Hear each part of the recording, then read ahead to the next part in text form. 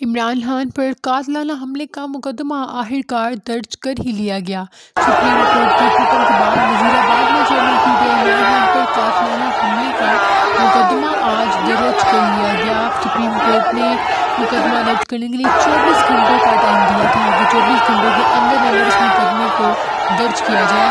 आपको बताते चलें कि ये जो मुकदमा है ये थाना सिटी वजीराबाद में दर्ज किया गया है और इसके अंदर कत्ल, इक़दाम कत्ल, दहशतगर्दी समेत दीगर और भी दफात शामिल की गई है, लेकिन इस एफआईआर को सील कर दिया गया है और इसके अंदर नवीद जो कि गिरफ्तार शख्स था उसकी ड्राइवर से किया गया और जिसने कन्फेस किया था कि उसने ये फायरिंग की है, उसको बाकायदा नामजद किया गया है।